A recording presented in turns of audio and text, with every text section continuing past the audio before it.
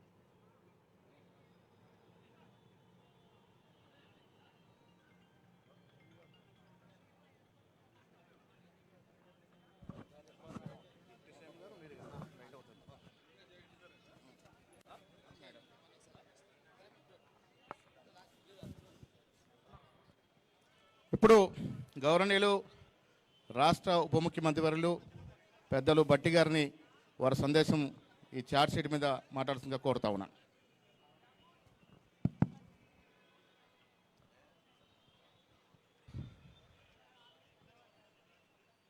అఖిల Bharata Congress committee incharge general secretary Shrimati Deepa Das Munshi గారికి, రాష్ట్ర ముఖ్యమంత్రి వర్యులు రాష్ట్ర కాంగ్రెస్ కమిటీ అధ్యక్షులు శ్రీ రేవంత్ రెడ్డి గారికి, కార్యనిర్వాహక అధ్యక్షులు మహేష్ కుమార్ గౌడ్ గారికి, నాతోటి సహచర మంత్రివర్గ సభ్యులు మిత్రులు కోమటిరెడ్డి వెంకటరెడ్డి గారికి, కొండా సురేఖ గారికి, పొన్నం ప్రభాకర్ గారికి, అట్లాగే ఏఐసిసి కార్యదర్శి రోహిత్ చౌదరి గారికి, రాష్ట్ర కాంగ్రెస్ కమిటీ కార్యవర్గ సభ్యులందరికీ, తోటి శాసనసభ్యులకి, మాజీ శాసనసభ్యులకి, అట్లాగే పార్లమెంటు సభ్యులు అనిల్ కుమార్ యాదవ్ గారికి, కార్యక్రమానికి ఇక్కడ విచ్చేసినటువంటి సహచరం మిత్రులకి, కాంగ్రెస్ పార్టీ నాయకులకి అందరికి కూడా ముందుగా నా హృదయపూర్వకమైనటువంటి నమస్కారాలు. ఈరోజు రాష్ట్ర కాంగ్రెస్ కమిటీ ఆధ్వర్యంలో భారతీయ జనతా పార్టీ శ్రీ నరేంద్ర మోడీ గారి నాయకత్వంలో ఈ దేశ ప్రజల్ని ఏ విధంగా మోసం చేస్తూ ఉందో, గత 10 ఏళ్లుగా ఏ రకంగా మోసం చేసిందో, రాబోయే రోజుల్లో కూడా మోసపూరితమైనటువంటి హామీలు ఇచ్చి ఓట్లు పొందడం కోసం ఏ రకంగా ప్రయత్నం చేస్తూ ఉందో, వాటన్నిటికీ సంబంధించి రాష్ట్ర కాంగ్రెస్ కమిటీ నాయకత్వంలో ఒక ఛార్జ్ షీట్ని ఈరోజు రిలీజ్ చేయటం జరిగింది. మిత్రులారా, మనందరికీ తెలిసిందే, నరేంద్ర మోడీ గారి నాయకత్వంలో ఈ దేశంలో కాంగ్రెస్ పార్టీకి వ్యతిరేకంగా మాట్లాడుతూ ఈ దేశానికి నిరుద్యోగ యువకుల సమస్య వెన్నాడుతూ ఉంది. సంవత్సరానికి కనీసం 2 కోట్ల తగ్గకుండా ఉద్యోగాలు ఇస్తామని చెప్పి మోసపూరితమైనటువంటి హామీలు ఇచ్చి దేశవ్యాప్తంగా ఉన్నటువంటి నిరుద్యోగ యువకుల్ని 10 ఏళ్ళు అధికారంలో ఉన్నా కూడా మోసం చేసి ఇంకా మోసం చేయటం కోసం ప్రయత్నం చేస్తూనే ఉన్నారు. పేదలందరికీ కూడా వారి వారి అకౌంట్ తెరిచి 15 లక్షల రూపాయలు వారి అకౌంట్లో వేస్తామని చెప్పి వారిని కూడా మోసం చేస్తూ వచ్చారు.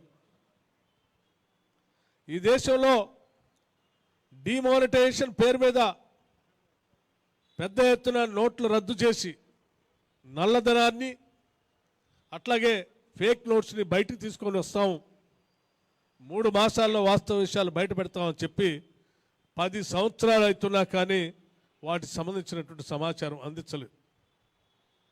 మనందరికీ తెలిసిందే, కాంగ్రెస్ పార్టీకి సంబంధించిన యువ నాయకుడు రాహుల్ గాంధీ గారు భారతీయ జనతా పార్టీకి వ్యతిరేకంగా శ్రీ నరేంద్ర మోడీ గారు తనకు సంబంధించినటువంటి సన్నిహిత మిత్రులు క్రోనీ క్యాపిటలిస్ట్కి ఈ దేశ సంపదని దేశ వనరులు ఏ రకంగా దోచిపెడతా ఉన్నారో కన్యాకుమారి నుంచి కాశ్మీర్ వరకు పాదయాత్ర చేసి ఈ దేశానికి స్పష్టంగా చెప్పడం జరిగింది. వనరులన్నింటినీ కూడా ప్రజలకే చెందాలని కాంగ్రెస్ పార్టీ రాహుల్ గాంధీ గారి నాయకత్వంలో, ఖర్గే గారి నాయకత్వంలో పెద్ద ఎత్తున ఒక పక్కన పోరాటం చేస్తూ ఉన్నాం.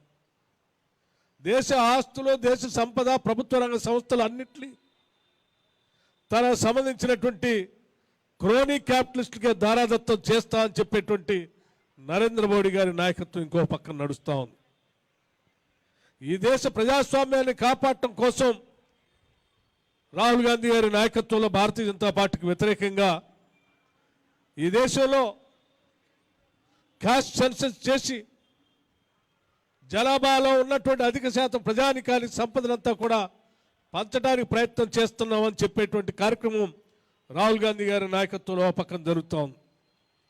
కాదు కూడదు కొద్దిమంది సంబంధించినటువంటి వ్యాపారస్తుల చేతుల్లోనే ఈ దేశ సంపదను పెడతామని చెప్పి నరేంద్ర మోడీ గారి నాయకత్వంలో భారతీయ జనతా పార్టీ కార్యక్రమం ఓ పక్కన నడుస్తూ ఉంది. ఈ రకంగా దేశ సంపద గురించి, ప్రజాస్వామ్యం గురించి, లౌకికవాదం గురించి, ఈ దేశ రాజ్యాంగం గురించి జరుగుతున్నటువంటి ఎన్నికల పోరులో ఈ దేశాన్ని, రాజ్యాంగాన్ని, సంపదని, ప్రజలందరినీ కాపాడుకోవటం కోసం కాంగ్రెస్ పార్టీ ఒక పక్కన పోరాటం చేస్తూ ఉంది. ఈ దేశ సంపదని అట్లాగే దేశ జనాభాని విభజించి అల్లకల్లోలం సృష్టించి అధికారాన్ని చెలాయించడం కోసం భారతీయ జనతా పార్టీ ఇంకో పక్కన ప్రయత్నం చేస్తూ ఉంది.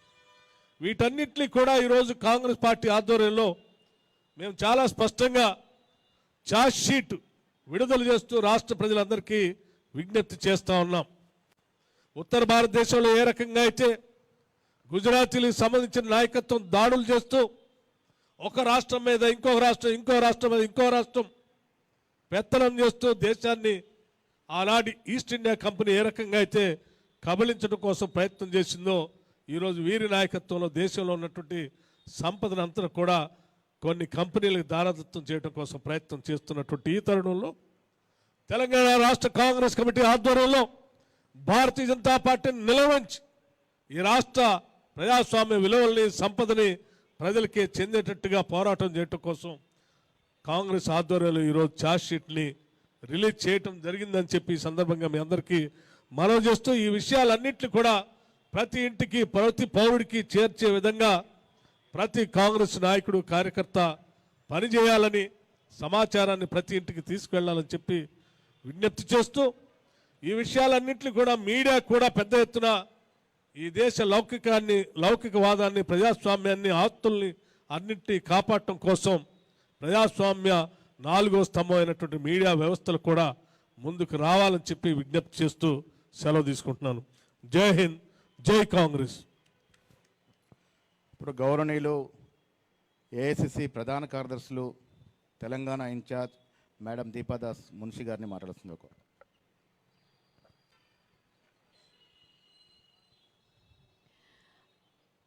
Our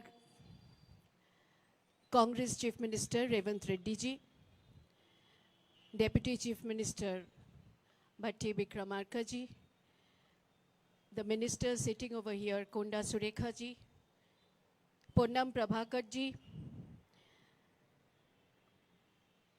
Venkat Reddy, Komati Reddy ji, all the dignitaries, my AICC Secretary Rohit Chaudhary ji, or all the media friends here.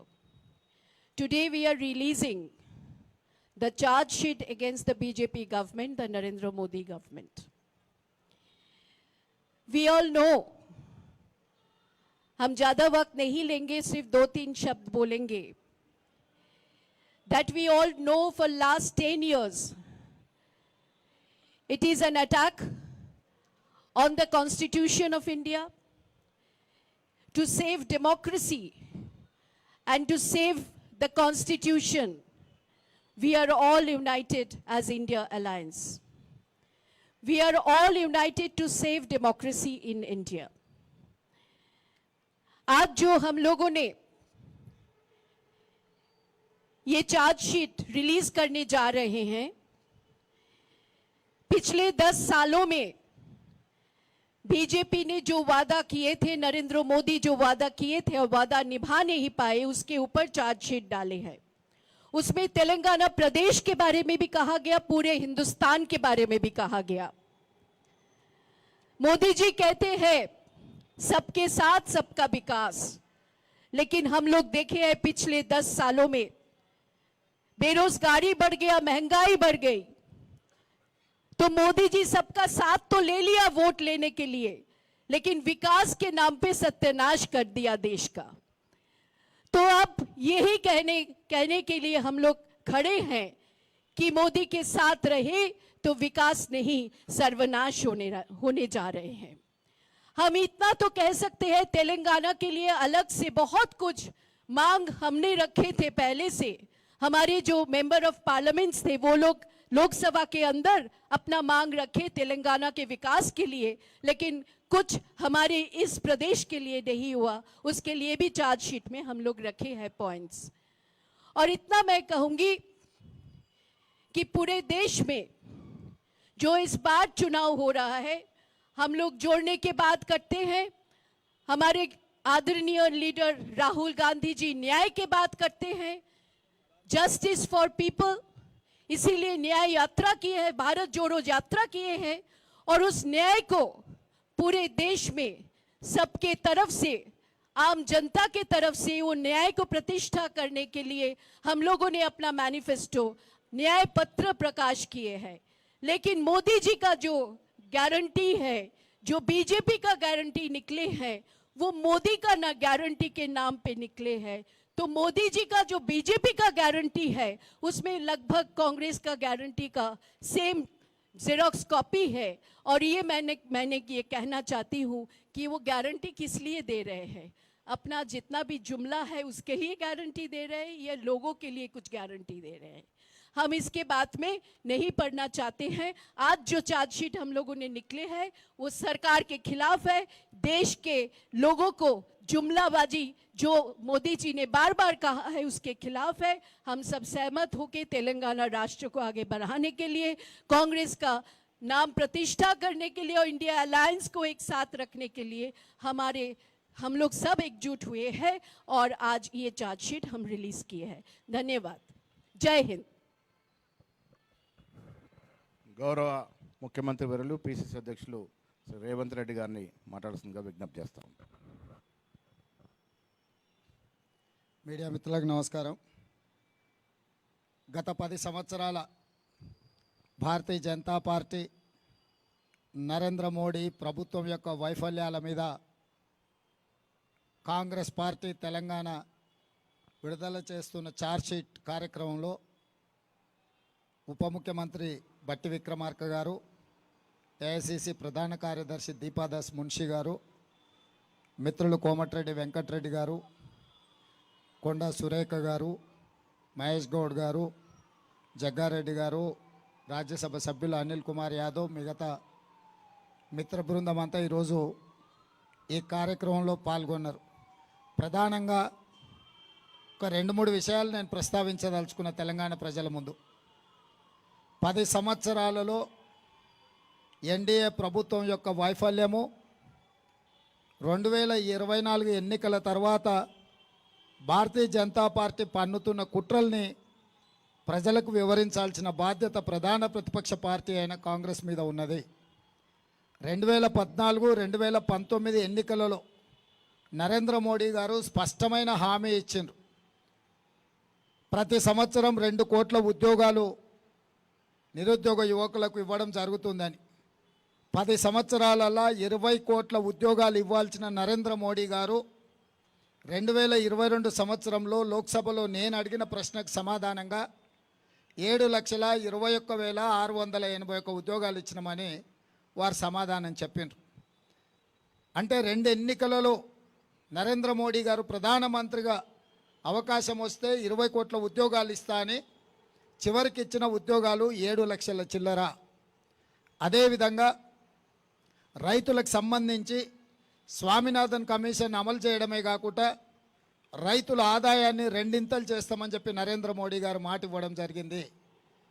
కానీ చివరికి అదానీ, అంబానీ, అమెజాన్ ఒత్తిడులకు కార్పొరేట్ కంపెనీలకు లొంగిపోయిన ఎన్డీఏ ప్రభుత్వం రైతు వ్యతిరేక 3 నల్ల చట్టాలను తీసుకొచ్చి శాశ్వతంగా రైతులను తమ భూముల్లోనే కార్పొరేట్ కంపెనీలకు బానిసలుగా కట్టబెట్టాలనే ప్రయత్నం చేస్తే లక్షలాది మంది రైతులు ఢిల్లీ సరిహద్దుల్లో 16 నెలలు వీరోచితంగా పోరాటం చేసి ప్రభుత్వం మెడలు వంచి ఆ చట్టాలు వెనక్కి తీసుకోవడమే కాదు, యావత్ రైతాంగానికి నరేంద్ర మోడీ గారు పార్లమెంట్ సాక్షిగా క్షమాపణ చెప్పాల్సిన పరిస్థితులు వచ్చినాయి.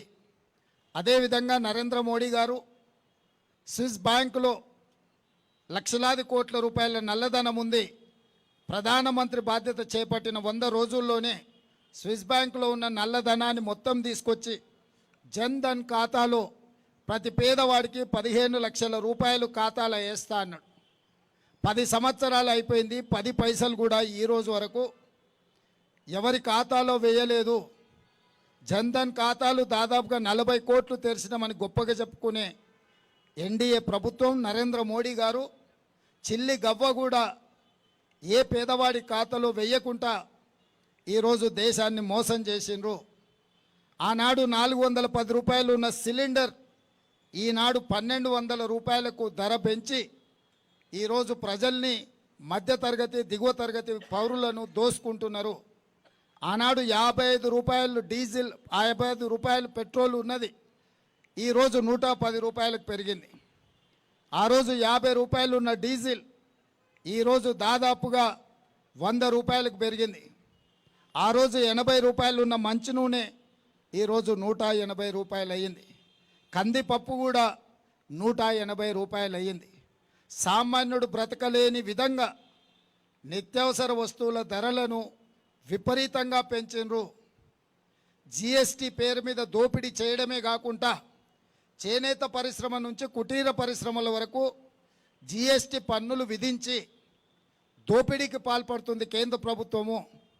భక్తులము అని చెప్పుకునే భారతీయ జనతా పార్టీ చివరకు అగరబత్తీలను కూడా వదలేదు జిఎస్టీల నుంచి. వాళ్ళు నమ్మే దేవుడికి కనీసము అగరబత్తీలు పెట్టడాన్ని కూడా జిఎస్టీ నుంచి మినహాయింపు ఇవ్వలేదు. శ్రీశ్రీ గారు చెప్పినట్టు అగ్గిపెట్టే సబ్బు పిల్ల ఏది కూడా కవితకు అనర్హం కాదు, కుక్క పిల్ల కవితకు అనర్హం కాదని శ్రీశ్రీ గారు చెప్పినట్టు ఈరోజు నరేంద్ర మోడీ గారి ప్రభుత్వంలో అగ్గిపెట్టే సబ్బు బిల్ల అగరబత్తి కూడా జిఎస్టీ బారి నుంచి తప్పించుకోలేదు. చివరికి చిన్నపిల్లలు చదువుకునే రాసుకునే పెన్సిల్ రబ్బర్ మీద కూడా జిఎస్టీ పన్ను విధించి పేదలు చదువుకోని పరిస్థితులు ఈరోజు నరేంద్ర మోడీ గారి పరిపాలనలో కల్పించిండ్రు.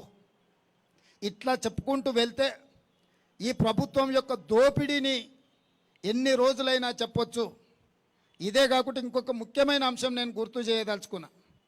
1947 15 ఆగస్టు నుంచి 2014 వరకు దాదాపుగా 67 సంవత్సరాలు 14 మంది ప్రధానమంత్రులు చేసిన అప్పు 55 లక్షల కోట్లు.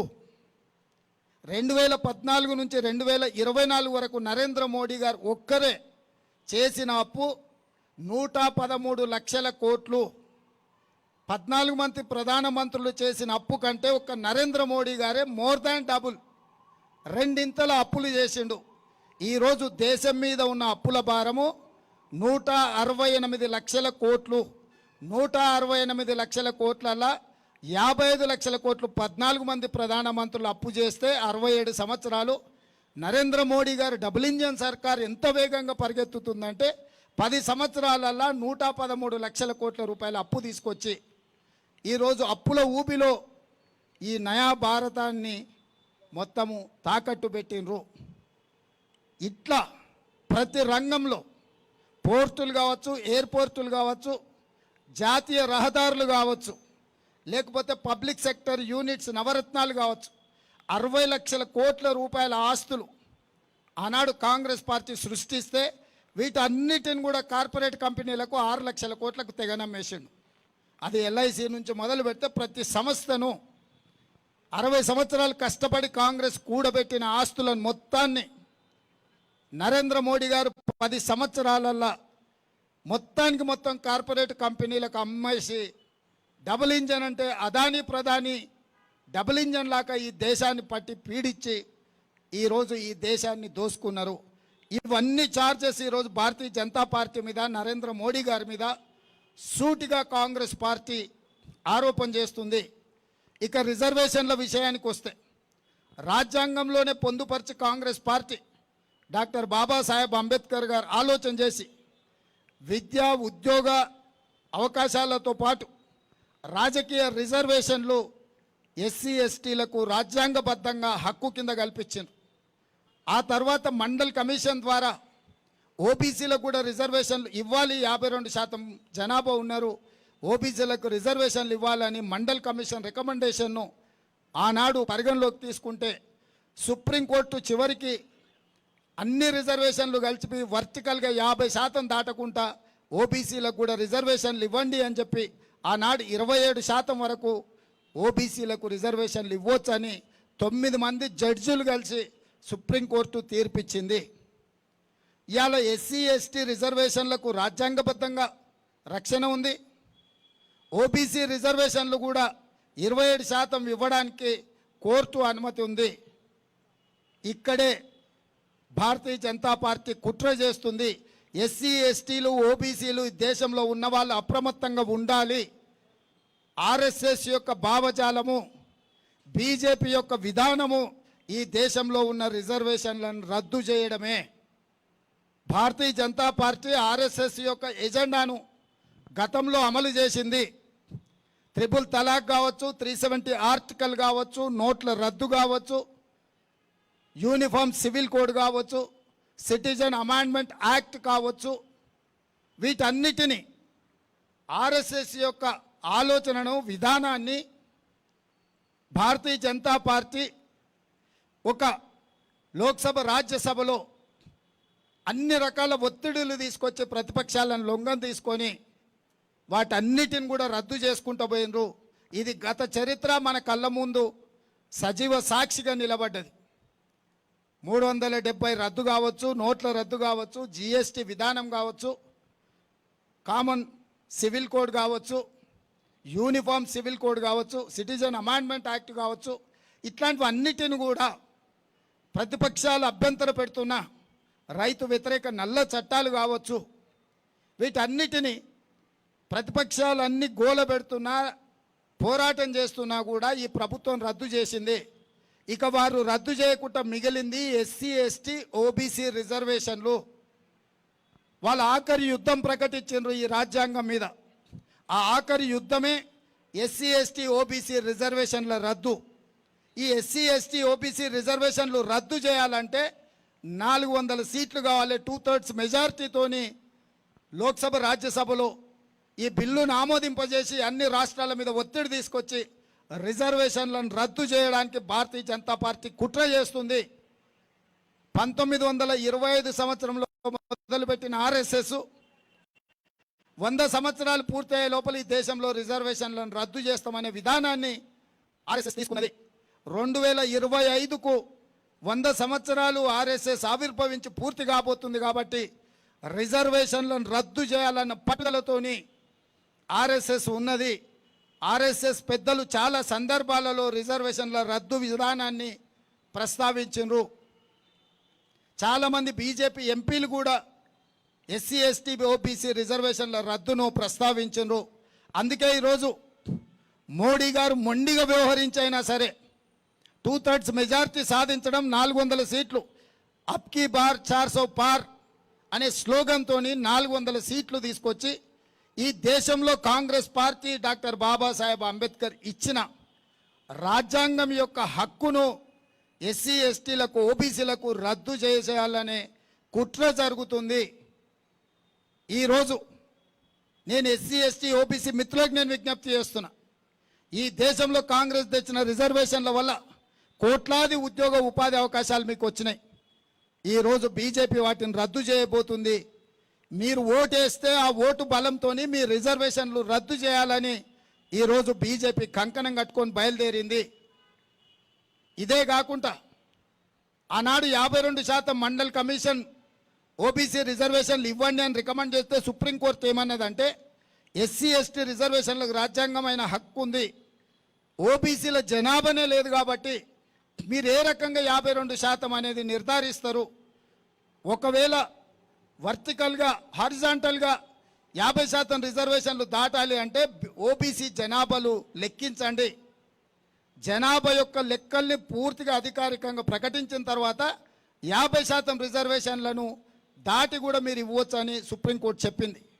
అందుకే రాహుల్ గాంధీ గారు స్పష్టంగా ఈ దేశాన్ని ఎక్స్రే తీస్తాము, ఈ ఎక్స్రేలో ఓబీసీలో ఉన్న కులాలు ఉపకులాలను అన్నిటినీ లెక్కించి వాళ్ళ జనాభాను మొత్తం లెక్కబెట్టి జనాభా దామాష ప్రకారం రిజర్వేషన్లు మేము పెంచుతామని కాంగ్రెస్ పార్టీ విస్పష్టమైన విధానం తీసుకొని రాహుల్ గాంధీ గారు స్పష్టంగా ప్రకటించారు.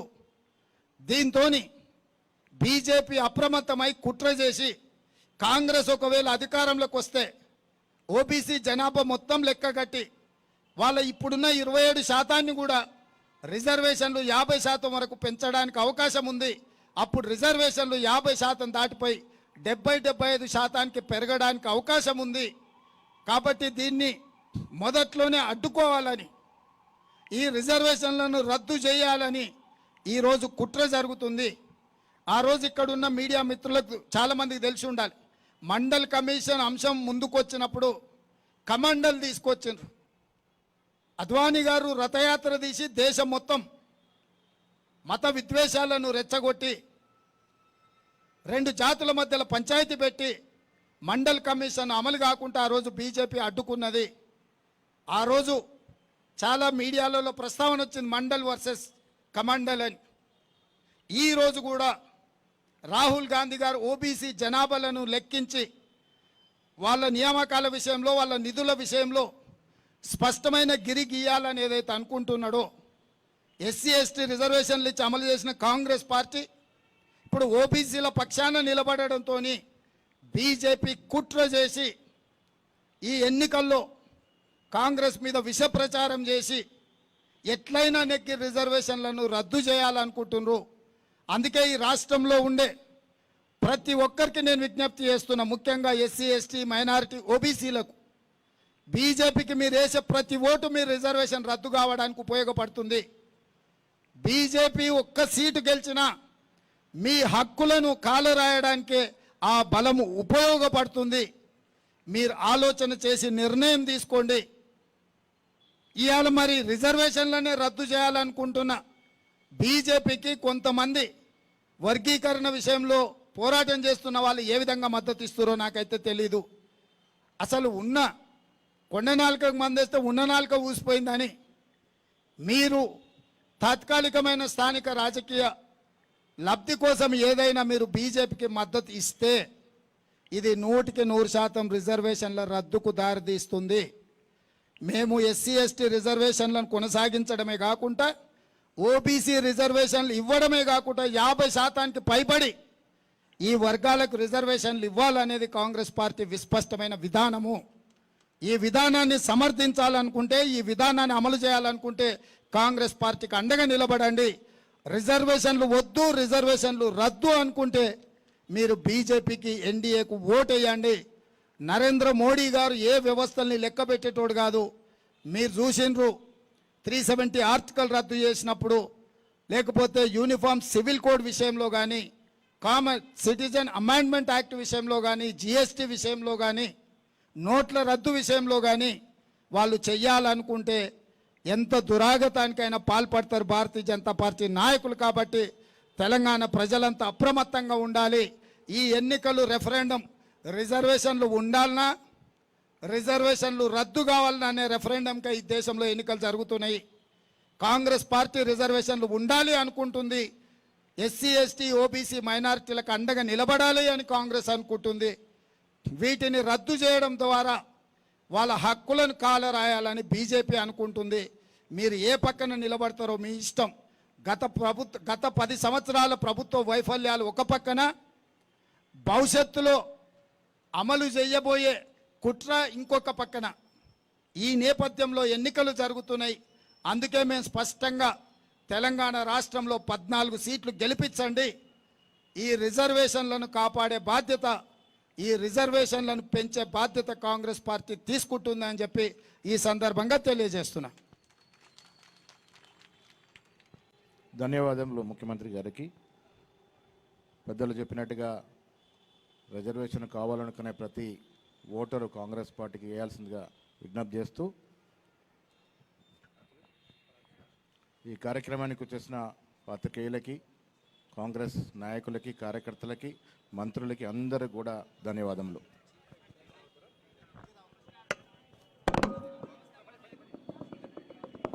మూడు రంగుల జెండా బట్టి సింగమోలే కదిలినాడు ఒక్కరో కాంగ్రెస్ సూర్యుడు మన రేవంత్ అన్న నిగ్గదీసి అడిగే మునగాడు.